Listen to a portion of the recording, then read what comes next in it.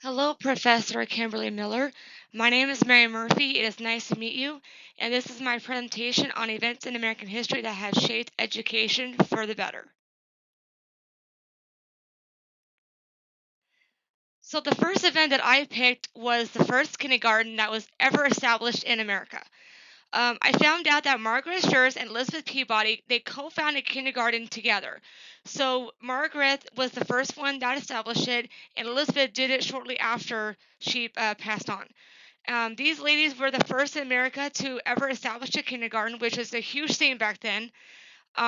Margaret did the schooling from her home, and that was because there was no formal school established for kindergarten yet. So while her husband was at work, she ended up doing it from her home.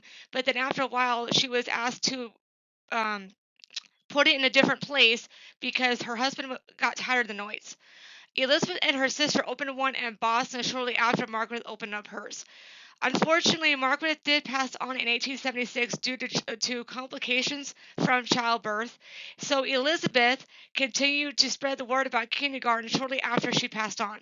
And she kept going on to travel and telling parents about how wonderful it was to have kindergarten in the kids' lives and what they would be learning. And these ladies started the kindergarten revolution, so without this event, kindergarten would not exist in public schools today.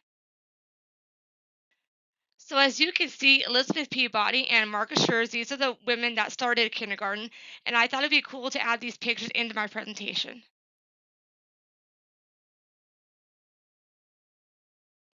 And this was Margaret Schurz's first kindergarten class that she ever taught. And as you can see, it was a pretty good sized class for that time. This event I did a little bit further research on because I got a little confused at first. Um, this is about education in the southern colonies, especially for the Virginia area.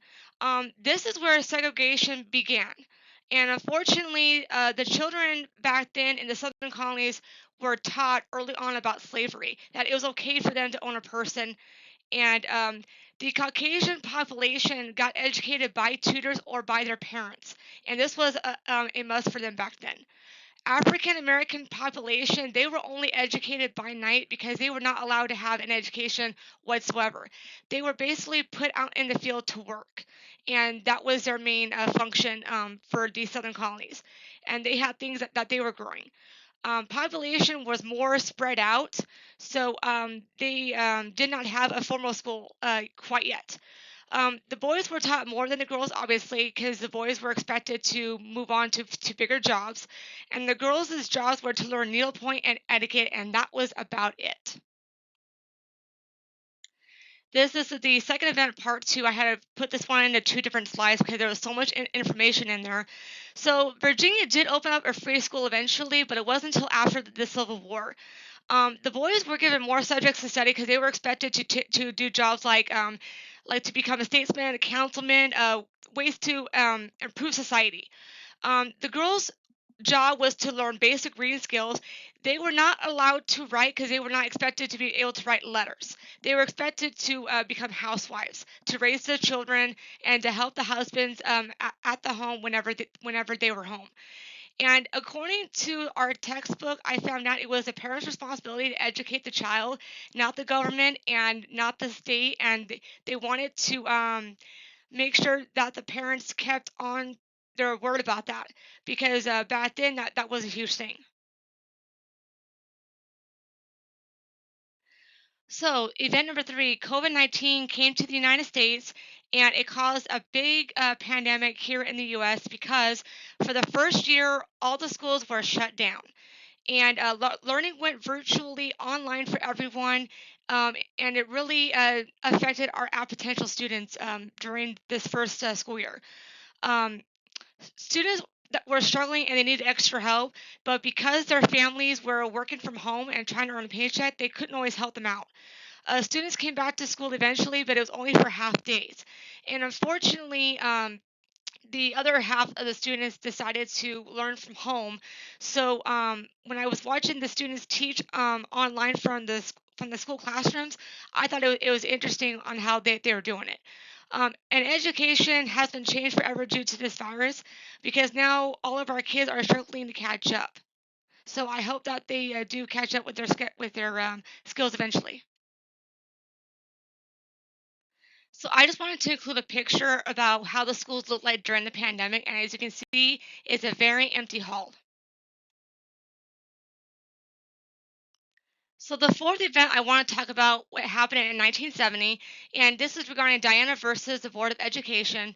Diana was a special education student who came in from Mexico, and she barely spoke a word of English, if any at all. She took a standard IQ test, and it was in English. And unfortunately, because she only spoke Spanish, her score was actually pretty low. Her test should have been in her native language, but it wasn't. Students of different backgrounds suffered because of the fact that the tests were in English. So the families sued the Board of Education in order to help them do better in school. And because of that result, now the tests have to be done in their native language if it is requested. And I think that is really great for these potential students to have. And this picture represents what a standard IQ test might look like, but I just thought the picture was kind of cute. These events in history did change my thinking and learning process as a teacher professional myself. All these events in history have changed education in one way or another. I found out that there are different ways to teach now, online as well as in school. Our potential students, they are slowly catching up, but it's going to take a while before they get all their skills up to date because they need a lot of tutoring and a lot of help to get back up to where they should be. Working to achieve my goals, I know now it is not an overnight thing because I have been involved in this teacher process for a while. Um, these events have taught me to slow down and to reevaluate where I am professionally with my schooling and with everything that I'm doing right now to get to where I want to go. But I am now enjoying the simpler things in life because I have learned to slow myself down, and I'm still struggling with that today.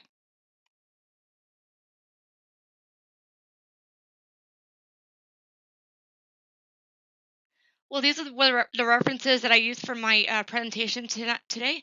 I hope that you enjoyed it, and I hope that you learned something from me. Thank you.